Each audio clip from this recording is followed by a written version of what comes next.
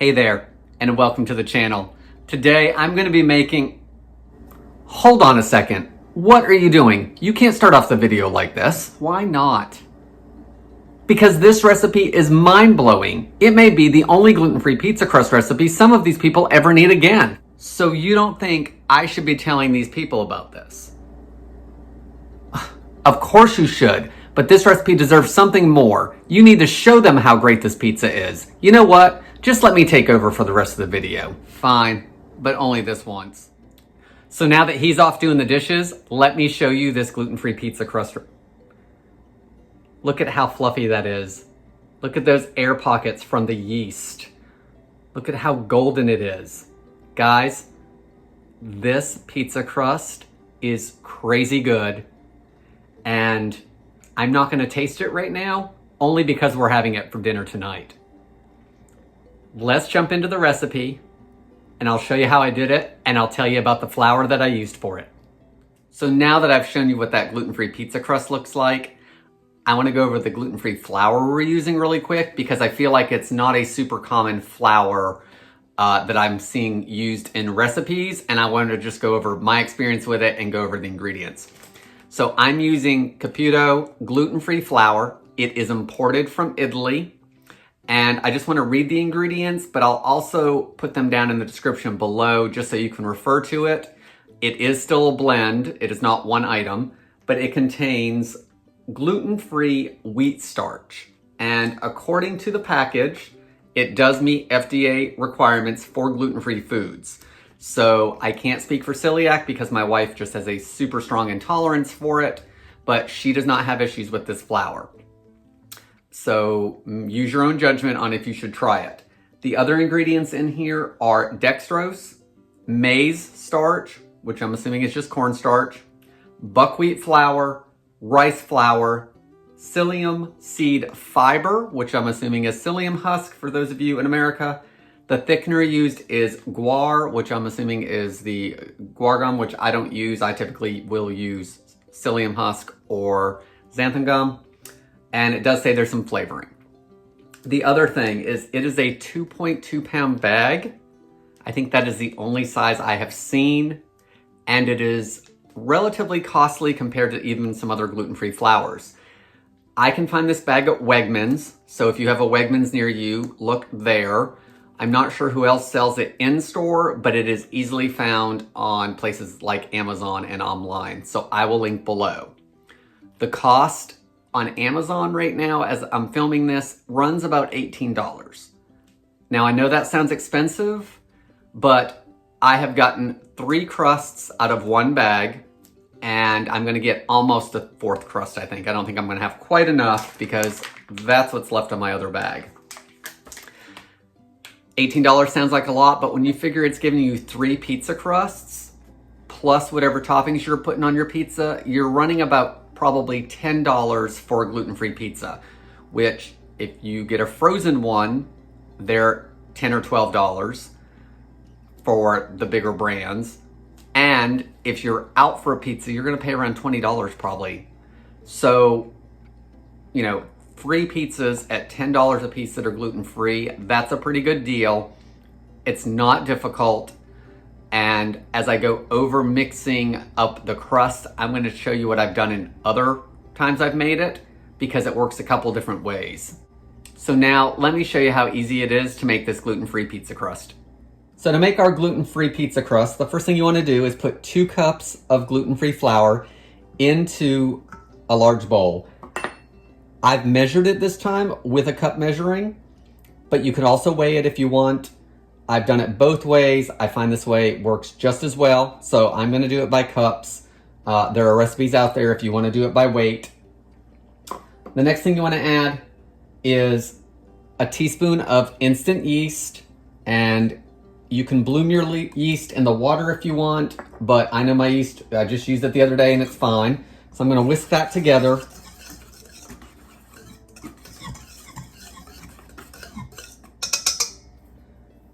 Next, I'm gonna add some salt. You wanna add a teaspoon to a teaspoon and a half of just fine salt. Let's give that a whisk.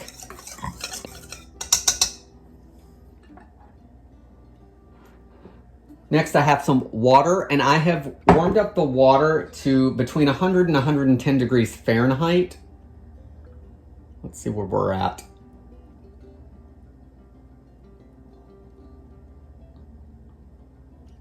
Yeah, we're still over 100, so probably pushing 105 by the time it tops out. So we're good on that. I'm gonna add 1 teaspoon or so of olive oil to this, just to mix it up good. That looks about right. I'm also gonna add 2 teaspoons of honey to this, and I've loosened it up a little bit in the microwave. I'm gonna put it in there and whisk it around again. But I like the honey for sweetness. The first time I made it, I didn't add any. I still had good rise, so you don't have to add it. But when I added the honey, I feel that it rose a heck of a lot better. So I'm gonna add the honey again, plus it'll give it a little more flavor to the dough.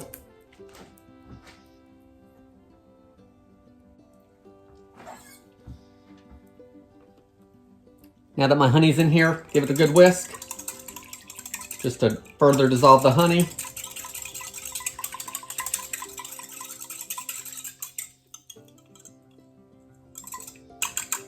Okay, everything's mixed up, and the first time I made this, I used the stand mixer, and the second time I made it, I did not, and I don't feel that it needs a stand mixer. I'm just gonna mix it by hand. So I'm gonna pour this in, and then I've got my wooden spoon, and I am gonna mix it for about 2 minutes, and that is just to make sure that everything is incorporated well. You can go a little shy in the water first, and maybe not add the last little bit just to make sure you need it. I've ended up needing it all both times. But you want everything mixed well, and right now it's kind of soupy looking. So that 2 minutes is gonna help it hydrate. So just take your time and do that, and most of the lumps will come out. You can probably use your whisk if you want again. So let me just work on this for a couple minutes, and then we'll finish up the prep for the dough. Guys, a couple things as I mix. One is that it actually smells like bread dough, which is nice. It does not really have that gluten-free smell that sometimes things have.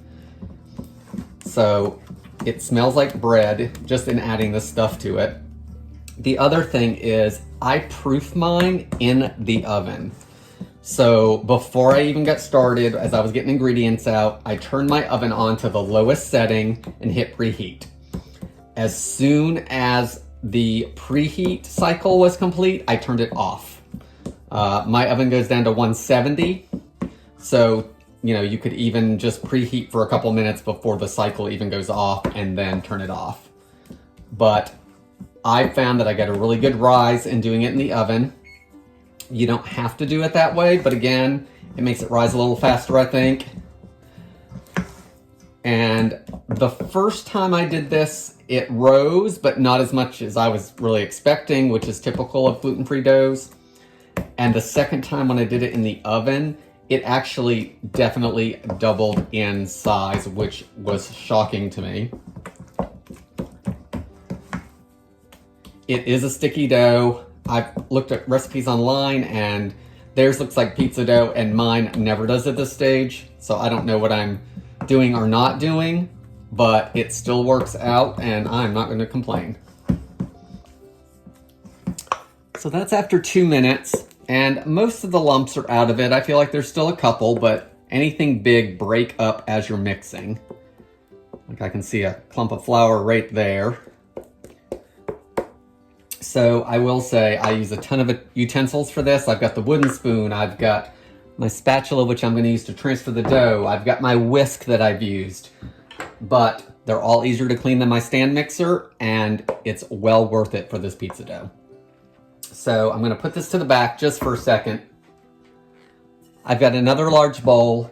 It is glass, partially so I can actually see through it, so I can see what the dough is doing if I look in the oven. It does have a lid. I do not need to cover it with plastic wrap because it doesn't make it to the lid, but plastic wrap would work just fine. So let's put about another teaspoon of olive oil in here. And then you want to rub it around the bowl. It's gonna make it easier to get out of the bowl. You don't need much.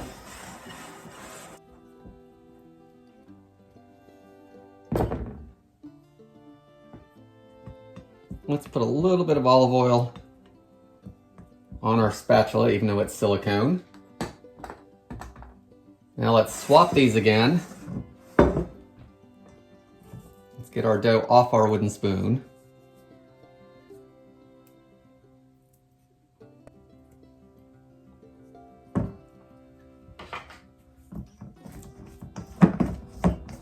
Scrape all the dough together.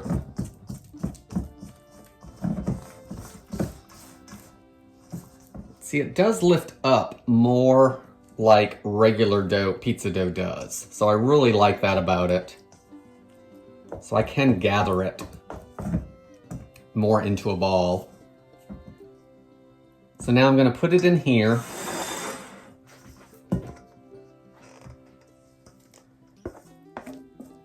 And see how it scrapes out nicely using the silicone spatula. And then you can kind of put it into a ball again, somehow, closely anyway. Now, at this point, the first time I made it, I put a little bit of oil over the top, and the second time I totally forgot. And it still rose and was still fine. So I think putting a little bit of oil on the top is a decent idea, but if you forget, don't worry about it.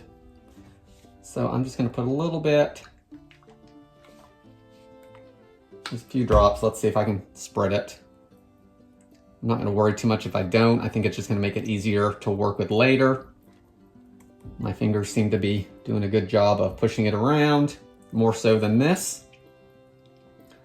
I can feel a couple lumps of the flour that is not broken down, but again, I did it last time and I didn't have any issues mixing it by hand. You're gonna get a smoother batter using the mixer probably. Okay, so I've spread the oil around as best I can. The bowl itself is oiled down. So now, got my lid, I'm gonna pop it on. I'm gonna put it in the oven to proof, and you wanna let it proof for an hour or two. And, you know, first time it almost doubled in size, if, you know, maybe halfway between, you know, a fourth of it and a double. The second time I did this, it definitely doubled in size. Couple other things to note. I am baking this on a pizza stone. I will link below to an inexpensive one that is well worth having. I've been using it in some of my other bread recipes with really good results. So a half hour before I make my pizza, I'm going to take this out of the oven and just set it on the counter, covered still, so it can finish its rise. And I'm going to turn the oven on to 500 degrees and preheat that baking stone for 20 to 30 minutes because we want this pizza to cook up quickly and we want it to brown. So I'm gonna pop this in my oven to rise and we'll be back to finish off the pizza. So guys, it's been about an hour and a half and I'm going to preheat my oven. So the pizza stone is in the oven. I've got a pizza screen here with a piece of parchment paper on it, and you could use the back of a rimmed baking sheet, whatever you have, because we're gonna start the pizza on this parchment paper and we're gonna use this pizza screen to slide it off onto the stone. So I've got my oven preheating to 500 degrees and I'm gonna leave it preheating for 20 to 30 minutes. And I just wanna show you this dough. Can you see how much it's risen from when we put it in the bowl originally? And we're gonna take the lid off just for a second so you guys can see it. Look at that. It is nice and puffy. So I'm gonna let it finish proofing just on the counter while the oven preheats, and then we'll get this gluten-free pizza made. Okay, here it is. It's been about 2 hours. The oven is preheating to 500 degrees Fahrenheit. It's, you know, not far from the top of the bowl, but it didn't touch the top, so make sure you use a large bowl. Let's get this made into a pizza crust. So I'm gonna take a little bit of flour, gluten-free flour, and I'm gonna sprinkle it across the parchment paper to help it not stick. So go higher than you think. So you guys can't see my hand because it's above the camera, because the higher you get, the more even your coverage will be. And I really am not using that much. I mean, that might be a teaspoon or so of gluten-free flour. So I'm getting much better coverage and I'm not using much. I'm also just using a gluten-free flour blend I have. I'm not using the Caputos.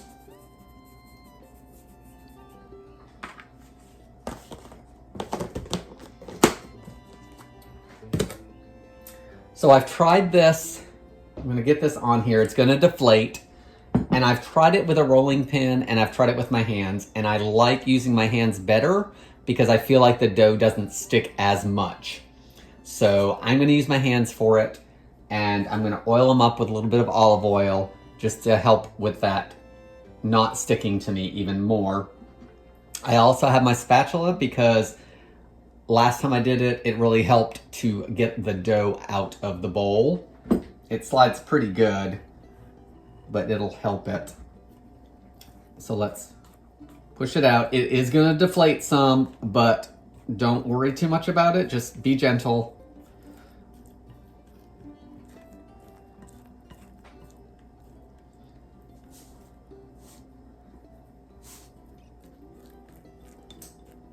Try to keep it on the parchment paper.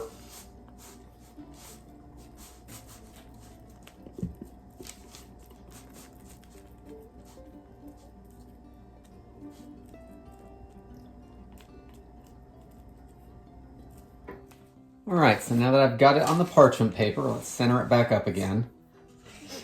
And then, like I said, I like using my hands better. You want to flatten it out, not totally flat, but really thinner than you think, because this is going to rise back up once it's in the oven. So get a little bit of oil on my hands, rub it around, and just start pressing it around. Like I said, the dough is deflating, but don't worry about that. And the other thing you can do is put some oil on that spatula and use it to help press it out. But I really didn't find the rolling pin did much good for me. I'm not gonna worry about it being in an exact circle. For one, I'm not good at that. And for two, it's just easier to not have to stress about that part of the pizza.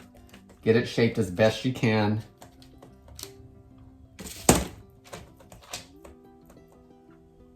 Put more oil on your hands if you need to.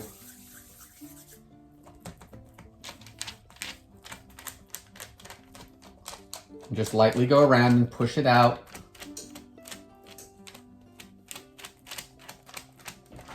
You're aiming for around 12 inches.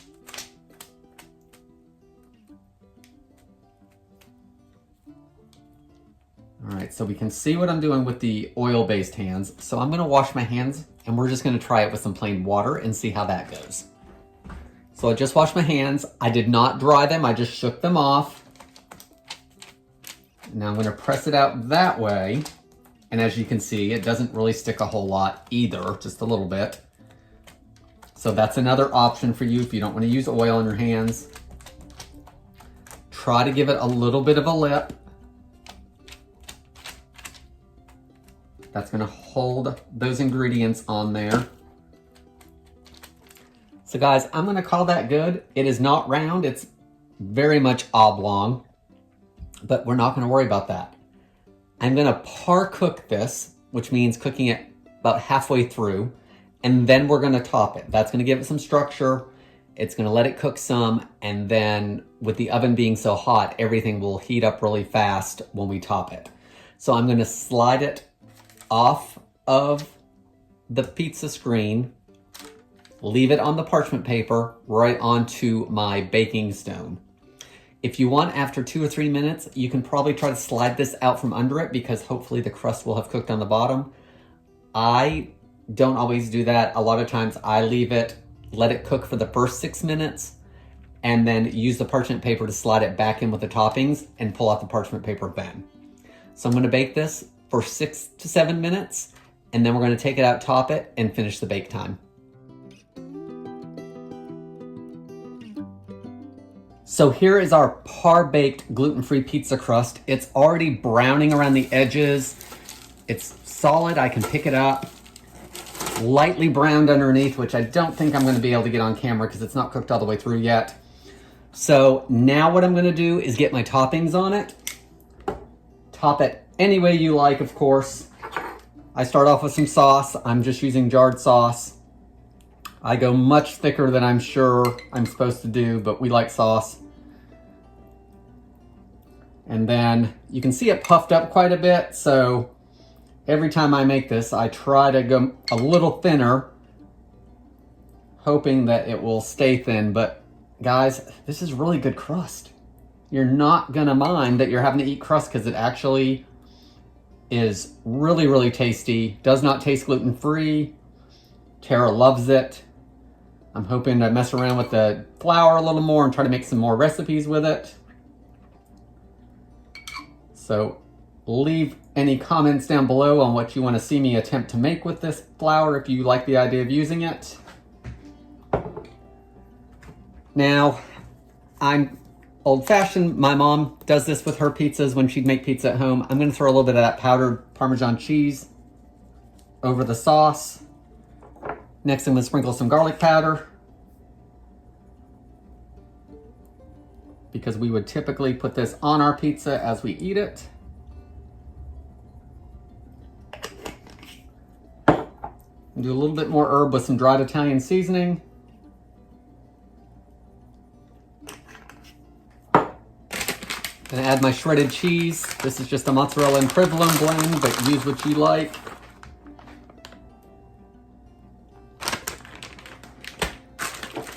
Next, I'm going to put pepperoni, and Tara has requested that I cut the pepperoni up in pieces because sometimes everything slides off the crust. So I told her that after I made this video for you guys, that next time we would do some chopped pepperoni instead of whole ones. Finally, I add a little bit more cheese just because I think it holds everything down a little bit. Guys, that warm crust is already heating up the pizza sauce, which is nice, and it's probably starting to melt that cheese.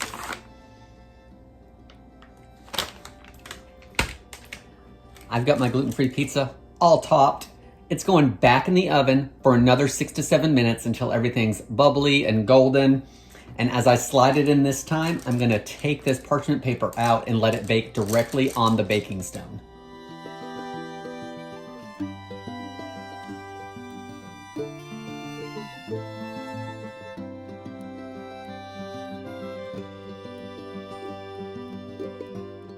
So here is our gluten-free pizza. We made the pizza crust with Caputo Gluten Free Flour. It's golden. It sounds like bread. It smells like a pizza parlor in here. Guys, I really think this is the only gluten-free pizza crust recipe you'll ever need again. I really feel that it is my favorite. It's better than anything I've tried in restaurants and, of course, frozen. Tara and I are really liking it. I hope you give this recipe a try. The instructions and ingredients and some recipe tips are all listed in the description, as well as where you can find the flour and even a pizza screen if you want to look at one of those, and a pizza stone. Thank you so much for watching. Please take a few moments and watch some of my other videos on my channel, and I hope to see you on the next video. Thanks for watching, guys.